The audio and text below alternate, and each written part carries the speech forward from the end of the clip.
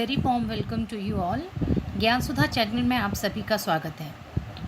आज हम जो अपनी सीरीज़ हम लोगों ने शुरू कर रखी है नेट की प्रीवियस ईयर्स के क्वेश्चन पेपर्स डिस्कस करने के लिए, उसमें आज हम डिस्कस करने वाले हैं सन 2018 में लोक प्रशासन का जो हमारा नेट का पेपर था उसकी फ़र्स्ट यूनिट से संबंधित हमारे जो क्वेश्चंस आए थे आज हम उसको डिस्कस करेंगे। सही आंसर्स कैसे चूज़ करना चाहिए, what will be the correct explanation, the analysis of the questions and apart from that जो संबंधित क्वेश्चन है उनसे रिलेटेड कुछ एक्स्ट्रा आप लोगों को टिप्स ट्रिक्स एंड फैक्ट्स मैं आप लोगों के साथ शेयर करना चाहूँगी। तो let's start. The very first question as you can see on your screen is the first question says Woodrow Wilson's article the study of public administration was published in which of the following journals in the year 1887? Political Science, Public Administration, Political Science Quarterly, Public Administration Review। यानी हिंदी में यदि हम इसका अनुवाद करें तो सीधा सीधा क्वेश्चन है। It is not a very difficult question, बड़ा टेक्निकल क्वेश्चन भी नहीं है कि आपको आंसर चूज़ करने में कुछ अलग चीज़ें देखनी पड़ेंगी। It is basically a fact based question, तो इसका सीधा आंसर ही हमें देखना पड़ेगा। अदर ऑप्शंस डिस्कस करने वाले इसमें कोई बात नहीं है। द क्वेश्चन सेज कि वुड्रो विल्सन के लेख द स्टडी ऑफ एडमिनिस्ट्रेशन का प्रकाशन 1987 में निम्नलिखित में से किस जर्नल में हुआ था? हमारे पास ऑप्शंस हैं political science, public administration, political science quarterly और चौथा ऑप्शन है public administration review. The correct answer is option 3 political science quarterly. Political science quarterly में 1987 में वुड्रो विल्सन का ये लेख छपा था, the study of administration. Now the next question is कि which of the following is not correct in the relation of new public administration, यानी नवलोक प्रशासन के बारे में निम्नलिखित में से क्या सही नहीं है? पहला ऑप्शन है value neutrality in its approach, यानी इसके दृष्टिकोण में मूल्य तटस्थता। स्ट्रेसेस ऑन स्ट्रक्चरल चेंजेस, ढांचागत परिवर्तनों पर बल देता है। या फिर it focuses on client centricity, यानी ग्राहक केंद्रितता पर ध्यान देता है। या फिर रिलेवेंट टू सोशल रियलिटीज़, यानी सामाजिक वास्तविकताओं के प्रति प्रासंगिक है। तो जो क्वेश्चन है सीधा क्वेश्चन है कि इसमें से 3 ऑप्शंस हमारे राइट हैं और एक गलत है, because they are asking us कि which is not the correct. Means हमको इसमें से जो नीचे 4 ऑप्शंस दिए हैं जो नवलोक प्रशासन से संबंधित सही नहीं है, हमें उसे टिक करना है। तो नवीन लोक प्रशासन के इन ऑप्शंस को यदि हम ध्यान से देखें तो यदि आपको क्लियर है तो it's well and good. Otherwise before jumping to the right options let's have a quick recap की न्यू पब्लिक एडमिनिस्ट्रेशन या नवीन लोक प्रशासन जिसे हम कहते हैं उससे संबंधित क्या फैक्ट्स थे जो हमें याद रहने चाहिए या जिससे संबंधित और क्वेश्चंस आ सकते हैं। एंड अपार्ट फ्रॉम डैट जो मैं एक्सप्लेनेशन आपको दे रही हूँ उसी में से आपके लिए ईजी होगा राइट ऑप्शन इसमें से टिक करना। देखिए, नवीन लोक प्रशासन के संबंध में बात करने से पहले मैं आप लोगों के साथ एक चीज़ शेयर करना चाहूँगी कि ये जो हम लोगों ने MCQ की सीरीज़ शुरू करी है ये हर व्यक्ति के लिए अलग अलग तरीके से फ़ायदा करेगी। कुछ लोगों के लिए रिवीजन हो सकता है। आप में से कुछ लोग जिनको सही ऑप्शंस चूज़ करने में दिक्कत होती है तो आप लोगों के लिए भी ये सीरीज़ बहुत ही फ़ायदेमंद रहेगी कि आप लोगों को टिप्स एंड ट्रिक्स पता चल रही है कि मैं राइट ऑप्शंस कैसे चूज़ करूँ। ये आप लोगों के लिए एक रिवीजन हो सकता है, ये आप लोगों के लिए एक मॉक टेस्ट भी हो सकता है कि भाई आप अपने आप को जज कर रहे हैं कि मुझे कितना आ रहा है या नहीं आ रहा है। तो यदि हम नवीन लोक प्रशासन की बात करते हैं, जैसे कि आप स्क्रीन पे देख रहे हैं, इसकी बेसिकली शुरुआत हुई थी 1960 और 70 के दशक के आसपास नवीन लोक प्रशासन की अवधारणा विकसित हुई थी और लोक प्रशासन के क्षेत्र में 1968 के बाद नवीन विचारों का सूत्रपात हुआ। 1968 आप लोग सभी जानते हैं कि मिनो बुक कॉन्फ्रेंस प्रथम हुई थी उस वक्त, और इन्हीं विचारों को नवीन लोक प्रशासन की संज्ञा दी गई। और 1971 में फ्रैंक मेरिनी द्वारा संपादित जो पुस्तक थी उनकी नवीन लोक प्रशासन मिनो बुक परिप्रेक्ष्य के प्रकाशन के साथ ही नवीन लोक प्रशासन को मान्यता प्राप्त हुई थी। तो उस समय जब ये नवीन लोक प्रशासन का कंसेप्ट आ रहा था तो उस टाइम बड़ा कंट्रोवर्सी चल रहा था कि पब्लिक एडमिनिस्ट्रेशन और पॉलिटिकल साइंस के जो द्वैतवाद पे हम लोग चर्चा कर रहे थे। तो उस वक्त जब ये मिनो बुक सम्मेलन हुआ था तो ज़्यादातर जो अमेरिकन यंग स्कॉलर्स थे वो इस सम्मेलन में एकत्रित हुए थे। नवीन लोक प्रशासन की यदि हम बात करते हैं तो उससे पहले कुछ ऐसी घटनाएं थीं जो इसके उदय और विकास के लिए मील का पत्थर साबित हुई थी, जिसको एक बार हम दोबारा रिवाइज कर लेना चाहेंगे। लास्ट ईयर क्वेश्चंस आया था क्रोनोलॉजिकल ऑर्डर में कि इसके विकास से संबंधित जो निम्न घटनाएं हैं उनको आप कालानुक्रम के अनुसार आप लगाइए, क्रोनोलॉजिकल ऑर्डर में लगाइए, कालानुक्रम के अनुसार लगाइए। तो let's have a quick revision. 1967 में हनी रिपोर्ट आई थी जो सार्वजनिक सेवाओं से संबंधित उच्च शिक्षा पर थी। तो हनी प्रतिवेदन हमें हमेशा याद रखना चाहिए कि it was related to the higher education for the public service. दूसरी जो चीज़ थी वो था फिलाडेल्फिया कॉन्फ्रेंस। दिसंबर 1967 में फिलाडेल्फिया में हुए लोक प्रशासन के सिद्धांत और व्यवहार से संबंधित एक सम्मेलन हुआ था। तो ये नवीन लोक प्रशासन के उदय और विकास के क्रम में दूसरा क्रोनोलॉजिकल ऑर्डर आप इसे कह सकते हैं। और इसके बाद 1968 में मिनो बुक कॉन्फ्रेंस का आयोजन यूएसए में किया गया और सिराक्यूज यूनिवर्सिटी में किया गया। तो आप जो देश है वो और जो जगह है, जो यूनिवर्सिटी का नाम है वो भी आप ध्यान रखिए, क्योंकि लास्ट ईयर क्वेश्चन आया था, 4 डिफरेंट यूनिवर्सिटीज़ दी गई थी और ये पूछा गया था कि मिनो बुक कॉन्फ्रेंस जो हुई थी, सम्मेलन जो हुआ था वो किस यूनिवर्सिटी में हुआ था। तो you can learn this facts like this also. इसके बाद 1971 में, जैसे मैंने अभी आपसे कहा था, फ्रैंक मेरिनी की पुस्तक आई थी और उससे पहले ये था कि towards public administration and time of turbulence, जो कि ड्वाइट वॉल्डो ने एडिट करी थी, वो आई थी। और साथ ही साथ फ्रैंक मेरिनी ने भी अपनी एक पुस्तक का प्रकाशन किया था जिसका नाम था नवीन लोक प्रशासन की दिशाएं, मिनो बुक परिप्रेक्ष्य। तो ये कुछ ऐसी चीज़ें थी जो नवीन लोक प्रशासन के उदय और विकास के लिए आप मील का पत्थर साबित हुई थी, और इसे आप इसी क्रोनोलॉजिकल ऑर्डर में याद रखिएगा क्योंकि इससे संबंधित क्वेश्चंस आते रहते हैं। देखिए, मिनो बुक कॉन्फ्रेंस जो थी वो बेसिकली, जैसे मैंने अभी आपसे कहा कि ये नवयुवकों के विद्वानों, जो नवयुवक विद्वान थे, जो अमेरिकन स्कॉलर्स थे उस टाइम, जो यंग अमेरिकन स्कॉलर्स थे, एक तरीके से आप कह सकते हैं ये उनका एक आंदोलन था, उनका एक डिस्कशन हुआ था कि भी कैसे क्या करना चाहिए।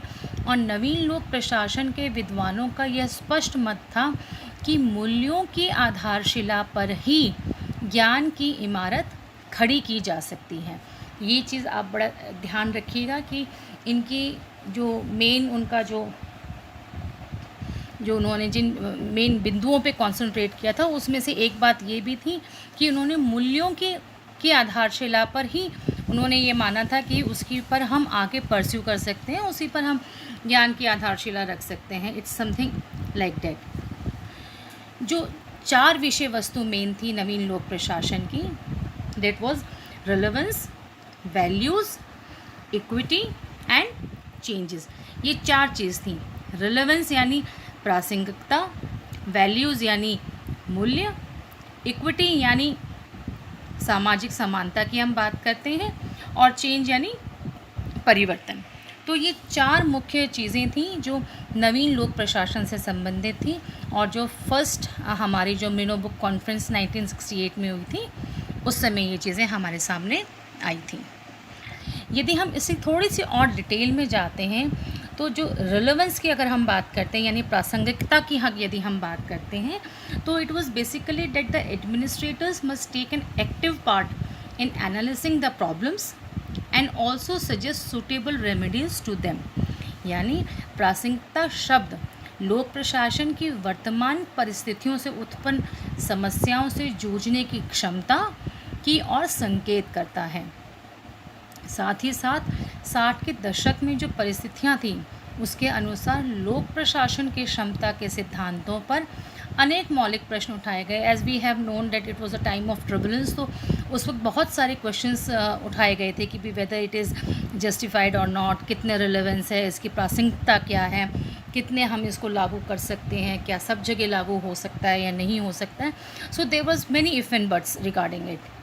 And apart from that, the public administrative system should also be based on identifiable social needs of a society within which it operates।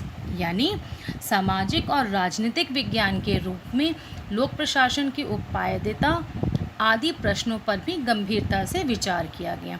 So it was something very brief about relevance कि प्रासंगिकता को उन्होंने किस तरीके से define किया या फिर उसको किस प्रकार से हम एक्सप्लेन कर सकते हैं।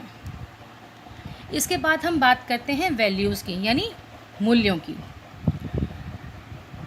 वैल्यूज़ की यदि हम बात करते हैं तो नवीन लोक प्रशासन के विद्वानों ने मूल्य तटस्थता को त्यागने पर जोर दिया था। मीन्स वैल्यू न्यूट्रलिटी वाली अप्रोच उन्होंने त्यागने पर जोर दिया था। उन्होंने इस बात पर बल दिया कि प्रशासन को उन्हीं मूल्यों को अपनाना चाहिए जो समाज में उत्पन्न समस्याओं के समाधान करें और साथ ही कमज़ोर वर्गों के लिए भी प्रयास करें। यानी it rejected the value neutrality position taken by the behavioural political science and management oriented public administration. तो ये एक आप बहुत ध्यान से देखिएगा क्योंकि हमारा जो क्वेश्चन है वो इसी पर बेस्ड है।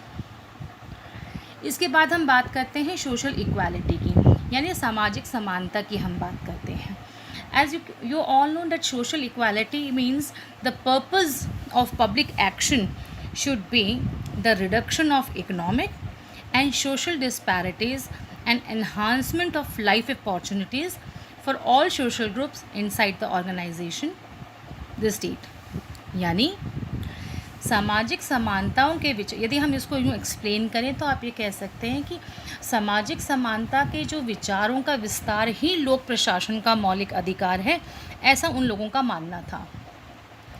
नवीन लोक प्रशासन ने इस बात पर जोर दिया कि लोक प्रशासन समाज के दलित और वंचित वर्गों के लोगों की आर्थिक, सामाजिक और मनोवैज्ञानिक पीड़ाओं को समझे और उससे संबंधित उचित कदम उठाएं। तो it was something related about social equality यानी सामाजिक समानता की बात करते हैं। फिर जो चौथा विषय वस्तु थी वो थी चेंज यानी परिवर्तन। तो जब हम चेंज और परिवर्तन की बात करते हैं तो उस समय नवीन लोक प्रशासन ने सामाजिक परिवर्तन पे जोर दिया। हमने ऊपर ही बात करी है अभी आपसे। इसके अलावा उनका ये मानना था, उस वक्त के जो स्कॉलर्स थे उन लोगों का ये मानना था कि जब तक लोक प्रशासन सामाजिक समानता और सामाजिक परिवर्तन means equality and social change, ये दोनों चीज़ों की हम लोग बात कर रहे हैं कि परिवर्तन के लिए कार्य नहीं करता, तब तक हमें जो पुरानी जो रूढ़िवादियाँ चीज़ें हैं, अभिजातियों की पकड़ जो है उससे छुटकारा पाना हम लोगों के लिए मुश्किल है। तो ये चार चीज़ें basically this was the motto of new public administration जिसकी हम बात कर रहे हैं। तो इस प्रकार सामाजिक परिवर्तन के लिए एक मजबूत परिवर्तन उन्मुख नवीन लोक प्रशासन की अनिवार्य विषय वस्तु है, ऐसा उस समय के जो विद्वान थे उन लोगों का मानना था। So now coming back to our question, the question was which one of the following is not correct। मैं दोबारा एम्फेसिस कर रही हूँ कि यहाँ पे लिखा हुआ है not correct in the relation of new public administration, यानी नवीन लोक प्रशासन के बारे में निम्नलिखित में से क्या सही नहीं है। The first was value neutrality in its approach, यानी उन लोगों का ये मानना था कि इसके दृष्टिकोण में मूल्य तटस्थता होनी चाहिए। वो ढांचागत परिवर्तनों पर बल देता था, means it give stresses on structural changes. ग्राहक केंद्रता पर ध्यान देता था, यानी फोकस ऑन क्लाइंट सेंट्रिसिटी। और चौथा ऑप्शन है सामाजिक वास्तविकताओं के प्रति प्रासंगिक, रिलेवेंट ऑन सोशल रियलिटीज़। तो यदि आप अभी ध्यान देंगे कि जब हमने चारों विषय वस्तु डिस्कस करी थी तो definitely we talked about the structural changes, कि जब तक हम लोग ढांचागत परिवर्तन और सामाजिक परिवर्तन नहीं करते तब तक हम लोगों के लिए चेंजेस लाना मुश्किल है। They stressed on the relevance of the social realities, सामाजिक वास्तविकताओं की जो प्रासंगिकता है उस पर जोर दिया गया था। और साथ ही साथ क्लाइंट सेंट्रिसिटी की, उपभोक्ता की, जब हम ग्राहक केंद्रता की बात करते हैं उस पर भी जोर दिया गया था। अब हमारे पास बचता है पहला option, value neutrality in its approach. ये कहता है कि वैल्यू न्यूट्रलिटी थी, जबकि नवीन लोक प्रशासन में हमने अभी कहा था कि उन्होंने कहा था कि वैल्यू न्यूट्रलिटी यानी मूल्य तटस्थता को त्यागना होगा, मूल्यों के आधार पर ही ज्ञान की इमारत खड़ी की जा सकती है। So the correct option is answer 1, value neutrality in its approach. यानी नवीन लोक प्रशासन के बारे में मूल्य तटस्थता की जब हम बात करते हैं तो वो सही नहीं है, that is not the correct option. Basically value neutrality in public administration was declared an impossibility and the discipline championed the cause of disadvantaged sections in the society। तो आई होप आपको क्लियर भी हो गया होगा और एक quick revision भी हो गया हमारा न्यू पब्लिक एडमिनिस्ट्रेशन के बारे में। पिछले जितने भी क्वेश्चंस आप लोग देखेंगे पिछले सालों के, तो न्यू पब्लिक एडमिनिस्ट्रेशन या मीनो बुक कॉन्फ्रेंस के ऊपर या न्यू पब्लिक मैनेजमेंट के ऊपर एक आधा क्वेश्चन तो आता ही आता है। So this is a topic which you can not neglect by any means. So now let's come to the next question. हमारा जो तीसरा क्वेश्चन है, हमारा जो नेक्स्ट क्वेश्चन है वो है, which of the following are correct regarding the thrust areas of new public management. The first option is downsizing of bureaucracy, minimal state, maximum government, या फिर new ways of delivery of public services.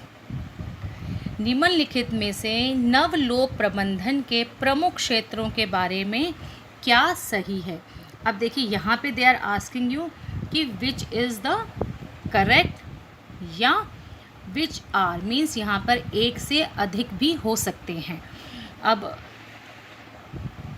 आपको जब भी question frame होता है तो just please go through it. पहला वाला क्वेश्चन आपसे पूछ रहा था कि क्या सही नहीं है, ये वाला क्वेश्चन आपसे पूछ रहा है कि क्या सही है। And apart from that you have to look into the language. They are saying which of the following are correct, means यहाँ हम ये मान के चल रहे हैं कि निम्नलिखित जो 4 ऑप्शंस हैं उसमें से एक से अधिक ऑप्शंस भी सही हो सकते हैं। तो इसका जब भी आंसर आएगा वो कोड्स में दिया होगा, whether it is A, B, C और B, C, D, something like this. तो हम बात कर रहे थे कि नवीन लोक प्रबंधन के क्षेत्र में क्या सही है। तो पहला हमारा ऑप्शन है अधिकारी तंत्र का आकार कम करना, that is down sizing of bureaucracy, न्यूनतम राज्य यानी मिनिमल स्टेट, अधिकतम सरकार मैक्सिमम गवर्नमेंट, और लोक सेवाओं की प्रादायता के नए तरीके, new ways of delivery of public services. तो यदि हम न्यू पब्लिक एडमिनिस्ट्रेशन की बात करते हैं तो हम सभी जानते हैं कि न्यू पब्लिक एडमिनिस्ट्रेशन का जो उदय हुआ था वो बेसिकली 90s और 80s के आसपास हुआ था। मीन्स 80s और 90s में जो नवीन लोक प्रबंधन की अवधारणा थी वो ज़ोर पकड़ने लगी। और जो नव लोक प्रबंधन या नवीन लोक प्रबंधन की हम बात करते हैं तो वो एक तरीके से लोक विकल्प विचारधारा या प्रबंधवाद पर निर्भर थी। और यह बाज़ार और निजी क्षेत्र प्रबंधन, मीन्स मार्केट एंड प्राइवेटाइजेशन की जब हम बात करते हैं तो उसके क्षेत्र में प्रबंधन के महत्व पर आधारित अवधारणा थी। ये सरकारी गतिविधियों को बाज़ार व्यवहारों के समान करना चाहिए, ऐसा इसका मानना था. As you can see here also that it represented an attempt to make the public sector more like business. जैसे अभी हमने कहा कि सरकारी गतिविधियों को बाजार व्यवहारों के समान करना चाह रहे थे. And apart from that it improve the efficiency of government and borrowed the ideas and management models from the private sectors. सरकार की एफिशिएंसी या जो कार्यशैली और कार्यकुशलता को अधिक बढ़ाने के लिए उन्होंने जो प्राइवेट सेक्टर्स के जो मैनेजमेंट मॉडल्स थे उसको अपनाने पर अधिक जोर दिया. Apart from that it emphasized on centrality of the citizen and decentralize control of the resources. देखिए यहाँ पे कुछ चीज़ों को मैंने हाईलाइट किया है.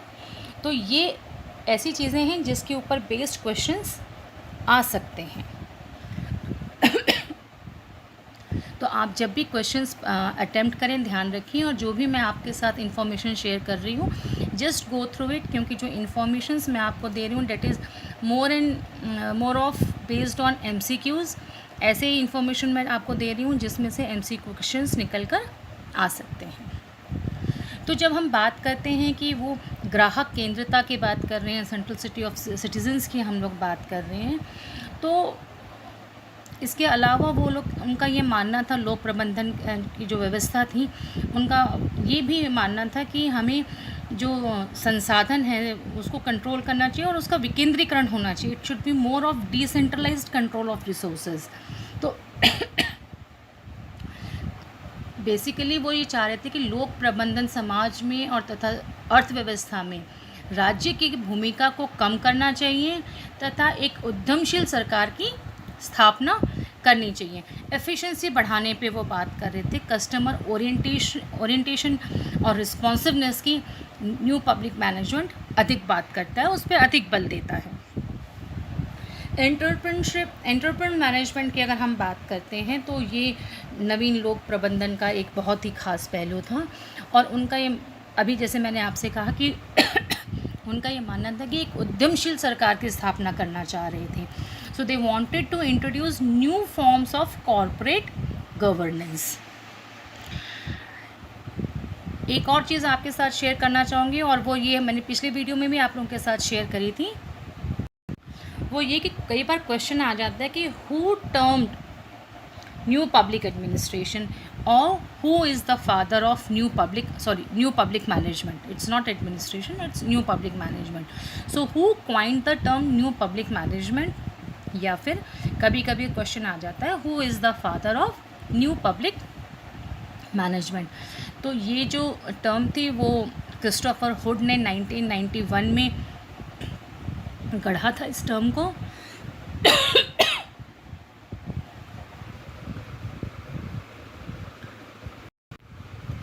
उन्होंने अपना एक आर्टिकल निकाला था जिसका शीर्षक था a public management for all seasons which was published in 1991. तो तब इस टर्म का प्रतिपादन हुआ या ये टर्म क्वाइन की गई. और जो अगर हम बात करते हैं कि नव लोक प्रबंधन की क्या विशेषताएं थी, what was the main features of new public management, तो it was like this that decentralization यानी विकेंद्रीकरण पे उन्होंने जोर दिया था. प्राइवेट सेक्टर मैनेजमेंट यानी निजी क्षेत्र के प्रबंधन की तरफ उनका ध्यान अधिक था. कॉस्ट रिडक्शन, एफिशिएंसी की बात करते हैं, मितव्ययता की वो लोग बात करते हैं. Performance standards, output controls and management. इसको आप इस तरीके से भी समझ सकते हैं कि प्रबंधकों को व्यक्तिगत उत्तरदायित्व के स्थान पर परिणाम आधारित व्यवस्था पर बल दिया गया. डेट इज़ आउटपुट कंट्रोल्स, जिसकी हम लोग अभी बात कर रहे हैं, यानी कि परिणाम आधारित व्यवस्था पर बल दिया गया.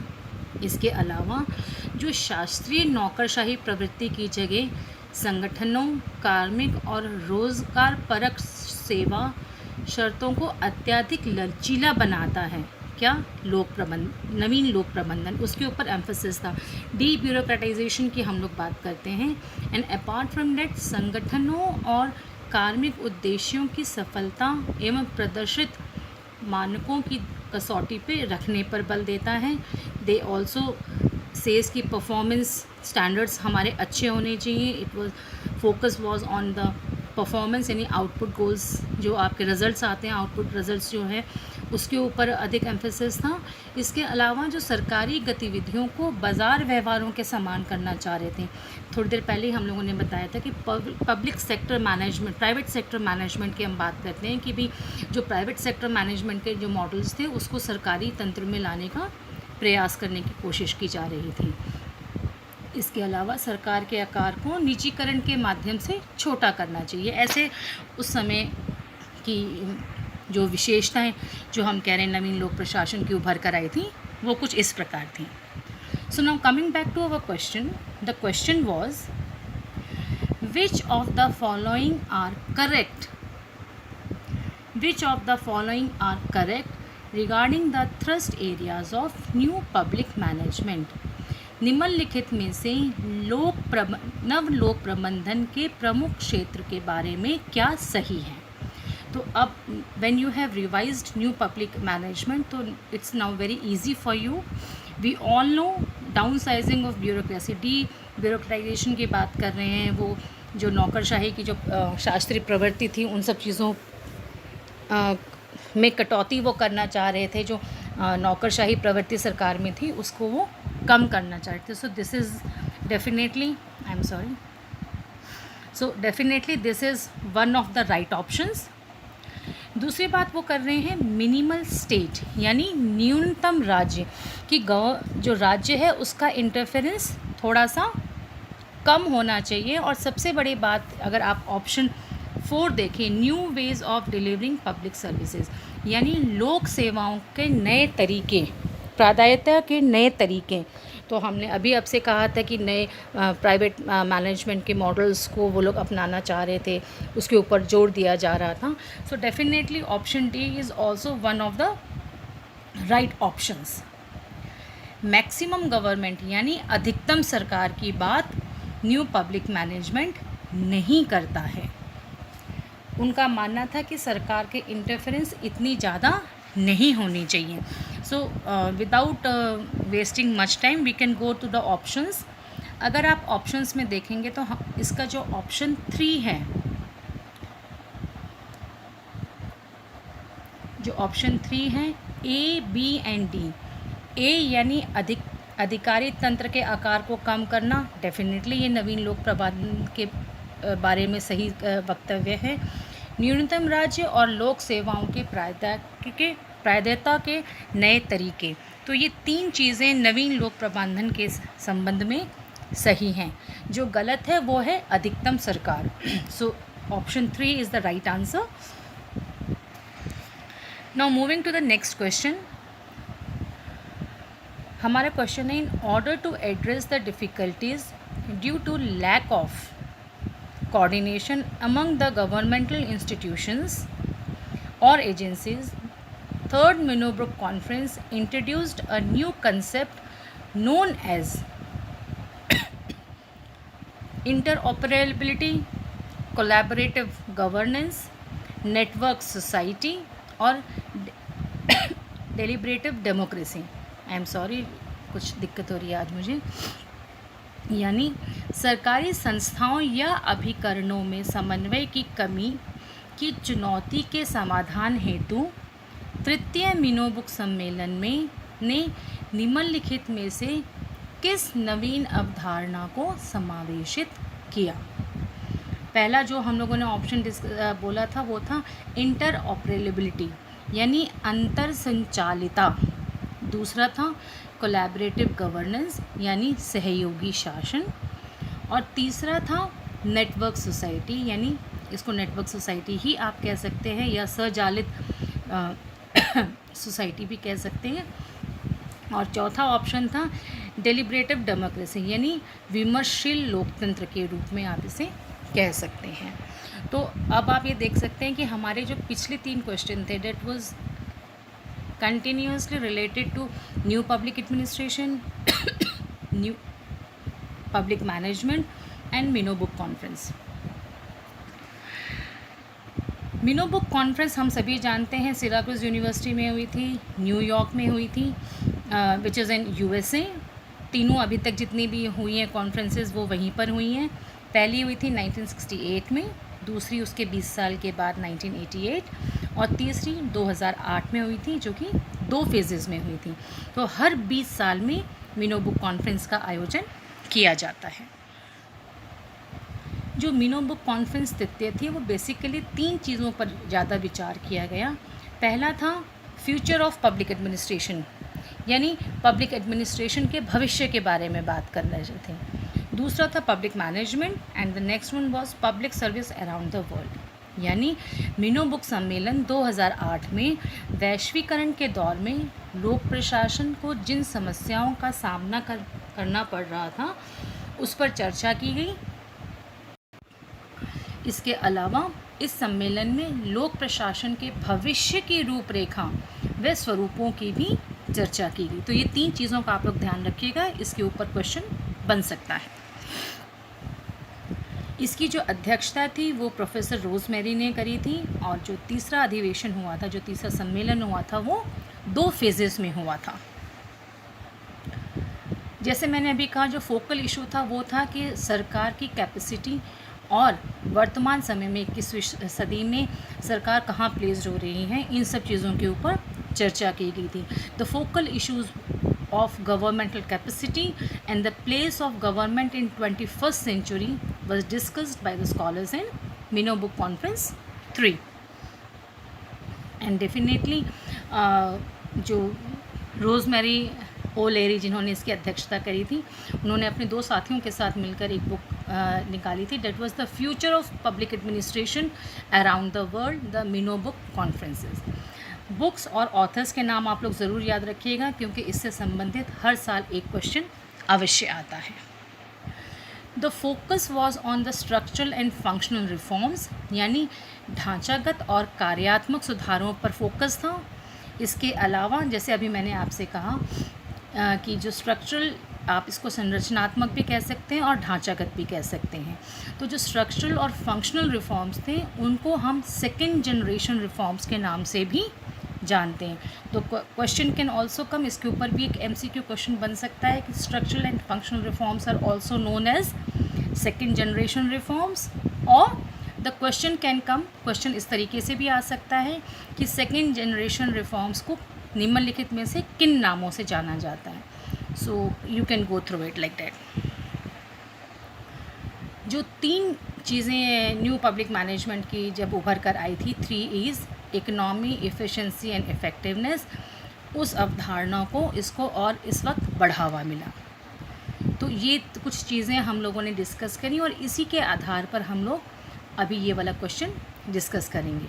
इन order to address the difficulties due to the lack of coordination among the governmental institutions, the third Minno Book Conference introduced a new concept known as सरकारी संस्थाओं और अभिकरणों में समन्वय की कमी की चुनौती के सामना हेतु तृतीय मिनो बुक सम्मेलन ने निम्नलिखित में से किस नवीन अवधारणा को समावेशित किया? अंतर संचालिता यानी इंटर ऑपरेबिलिटी, सेकेंड इज सहयोगी शासन यानी कोलैबोरेटिव गवर्नेंस, थर्ड है नेटवर्क सोसाइटी जिसे हम स्वचालित सोसाइटी भी कह सकते हैं या नेटवर्क सोसाइटी भी आप बोल सकते हैं, और चौथा था डेलिब्रेटिव डेमोक्रेसी यानी विमर्शशील लोकतंत्र। यदि हम सहयोगी शासन यानी कोलैबोरेटिव गवर्नेंस की बात करते हैं तो सबसे पहले हमें जितने भी ऑप्शंस दिए हुए हैं इनका अर्थ समझना हम लोगों के लिए बहुत ज़रूरी है कि what do we mean by collaborative governance और इंटर ऑपरेबिलिटी किसे कहते हैं, डेलिब्रेटिव डेमोक्रेसी किसे कह रहे हैं, नेटवर्क सोसाइटी किसे कह रहे हैं। तो जो सहयोगी शासन या कोलैबोरेटिव गवर्नेंस की हम बात कर रहे हैं तो basically it provides an interorganisational structure to make decisions and coordinate यानी समन्वय एफर्ट्स अक्रॉस ऑर्गेनाइजेशनल बाउंड्रीज। अगर हम अंतर संचालिता की बात करते हैं, इंटर ऑपरेबिलिटी की बात करते हैं, तो it allows the multiple government agencies to share information resources under the same standards and potentially the same infrastructure. यदि हम नेटवर्क सोसाइटी की बात करते हैं तो basically it is a social structure based on networks operated by informations and communication technologies सूचना और जो संचार की जो तकनीकें हैं उसके ऊपर बेस्ड हैं, based on micro electronics and digital computer networks that generates, process and distribute information via the nodes of networks. And deliberative democracy, जिसकी हम विमर्शशील लोकतंत्र की यदि हम बात करते हैं तो it is a form of democracy in which deliberation is the center of decision making and it adopts the elements of both consensus decision making and majority of rule। इन सभी परिभाषाओं को यदि आप ढंग से समझ सकेंगे तो आप ये पाएंगे कि इन चुनौतियों का सामना करने के लिए, देखिए नेटवर्क गवर्नमेंट और नेटवर्क सोसाइटी दोनों की में फ़र्क है। जो नेटवर्क गवर्नमेंट की लोग बात करते हैं, ऐसा क्वेश्चन मेरे ख्याल से 2015 या 16 में आया था इसी के ऊपर, मीनो बुक कॉन्फ्रेंस 3 के ऊपर।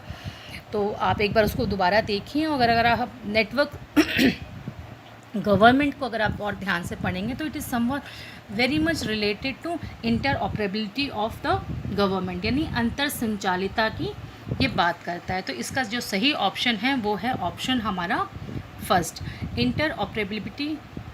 आई एम सॉरी, आज मेरे को थोड़ा सा दिक्कत हो रही है, I could not pronounce the in a better way, so मैं माफ़ी चाहूँगी आपसे। It can be defined as the ability of two or more systems or components of to exchange information and to use information that has been exchanged, यानी उन चुनौतियों का सामना करने के लिए वो इंफॉर्मेशंस इस तरीके से एक्सचेंज की जाएंगी एक दूसरे के साथ, और वो either with one system or more than one system, so it can be a country or more than a country। Now coming to the next question, जैसे मैंने आपसे कहा था कि भी बुक्स के ऊपर हमेशा एक क्वेश्चन आता ही आता है, तो आप देखिएगा कि इस बार भी एक क्वेश्चन आया है इसमें। The question says match the following with the correct answer with the correct code. पहला ऑप्शन है George H Frederickson, Nigro and Nigro, Victor A Thompson and Peter A Blau. इनकी किताबें हैं modern organization, new public administration, modern public administration and bureaucracy in modern society. देखिए इस तरह के questions जब भी आते हैं तो एक ट्रिक मैं आप लोगों के साथ, एक टिप मैं आप लोगों के साथ शेयर करना चाहूँगी। You should always identify at least one. आप कोई सा भी एक, यदि आपको ऑथर और उसकी बुक याद है, पहचान सकते हैं, तो सबसे पहले आप उसको टिक कीजिए। जस्ट से फॉर एग्ज़ाम्पल हम जानते हैं कि फेड्रिक्सन नवीन लोक प्रशासन से संबंधित हैं, तो ए का ऑप्शन तो हमेशा ये वाला ही आएगा। So second is the right option, Frederickson is for new public administration. अब चूँकि हम एग्ज़ाम्स में बैठे होते हैं और हमारे पास कई बार टाइम का क्रंच भी होता है, तो बाकी के क्वेश्चंस या बाकी के जो ऑप्शंस हैं इसको आइडेंटिफाई करने के बजाय आप एक काम और कर सकते हैं कि just go through the code. जो कोड्स दे रखे हैं आप एक बार उसको देखिए तो it will be easy for you to identify them. जैसे हमने अभी कहा था कि ए का ऑप्शन 2 है, तो यदि आप यहाँ पे देखेंगे कि ए का ऑप्शन केवल 2 और जो 3 है हमारा उसमें 2 दे रखा है, तो इसका मतलब हमारा ये फर्स्ट और फोर्थ तो आएगा ही नहीं, तो इस तरफ आपको ध्यान देने की ज़रूरत नहीं है। तो इस तरीके से आप अपने आप 2 ऑप्शन एलिमिनेट कर लेते हैं। इसके अलावा यदि आप थोड़ा सा ध्यान देंगे तो यदि आप नीग्रो की अगर हम बात करते हैं तो ये शुरुआती दौर के हैं और इन्होंने एक किताब लिखी थी जिसका नाम था मॉडर्न पब्लिक एडमिनिस्ट्रेशन। तो बी का जो ऑप्शन है वो आएगा 3। जब भी हम लोग अपनी जो टेक्स्ट बुक्स या जो रेफरेंस बुक्स हम लोगों के पास होती है उसमें नीचे फुट नोट्स दिए होते हैं, एंड नोट्स जिसे हम लोग कहते हैं, और उसमें कई बार आप देखेंगे कि बुक और ऑथर दोनों का नाम दिया होता है। तो आप लोग प्लीज़ उसको देखिए। आप अपना एक नोटपैड हमेशा तैयार रखें कि जब भी आप एक ऑथर देखते हैं और उसकी कोई भी एक नई बुक आपको दिखती है तो आप अपने शॉर्ट नोट्स में उसको एक बना के रखिए। तो 1 या 2 पेजेस आपके पास आपके नोट्स में ऐसे हमेशा रहने चाहिए जो केवल ऑथर्स और उनकी पब्लिकेशन से रिलेटेड हों। अब चूंकि हम जानते हैं कि नीग्रो ने न्यू पब्लिक एडमिनिस्ट्रेशन लिखी थी, तो यदि हम अपने ऑप्शंस में जाते हैं तो हम पाते हैं कि जो बी का थर्ड ऑप्शन है, डेट इज़ जो हमने अभी कहा कि modern new public administration, that is the right, और ये वाला आंसर इसका गलत है। तो बाकी के दो ऑप्शंस पे सर्च करने के बजाय आप सीधा इस 3 को टिक कर सकते हैं, क्योंकि केवल सेकंड और थर्ड ऑप्शंस में से हमें चूज़ करना था और इसमें से भी पहले दो हमें सही मिल गए हैं, तो definitely third is the right option. यानी फ्रेडरिक्सन ने लिखी थी न्यू पब्लिक एडमिनिस्ट्रेशन, नीग्रो ने लिखी थी मॉडर्न पब्लिक एडमिनिस्ट्रेशन, थॉमसन ने लिखी थी मॉडर्न ऑर्गेनाइजेशन, और पीटर एम ब्लाउ ने लिखी थी bureaucracy in modern society. Negro ने जो अपनी किताब लिखी थी मॉडर्न पब्लिक एडमिनिस्ट्रेशन, वो लिखी थी 1965 में।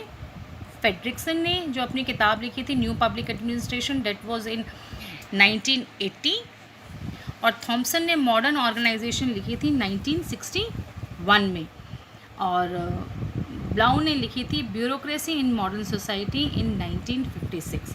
So this was the crisp information for you. थोड़े से फैक्ट्स और फिगर्स थे, और आज की क्लास के लिए मैं माफ़ी चाहूँगी। आज बहुत मेरा गला ख़राब था and I could not do it, I am extremely sorry for it. I hope जो नेक्स्ट वीडियो आएगा उसमें आपको दिक्कत नहीं होगी और मेरा उच्चारण भी कुछ शब्दों को लेकर गलत नहीं होगा। तो till then have a good time, please keep revising, और यदि आपको कुछ और आपकी रिक्वायरमेंट है या आप कुछ और चाहते हैं किसी और तरीके से हम आपके साथ वीडियो शेयर करें, तो प्लीज़ कमेंट बॉक्स में आप लोग बताइएगा। Have a safe time, thank you.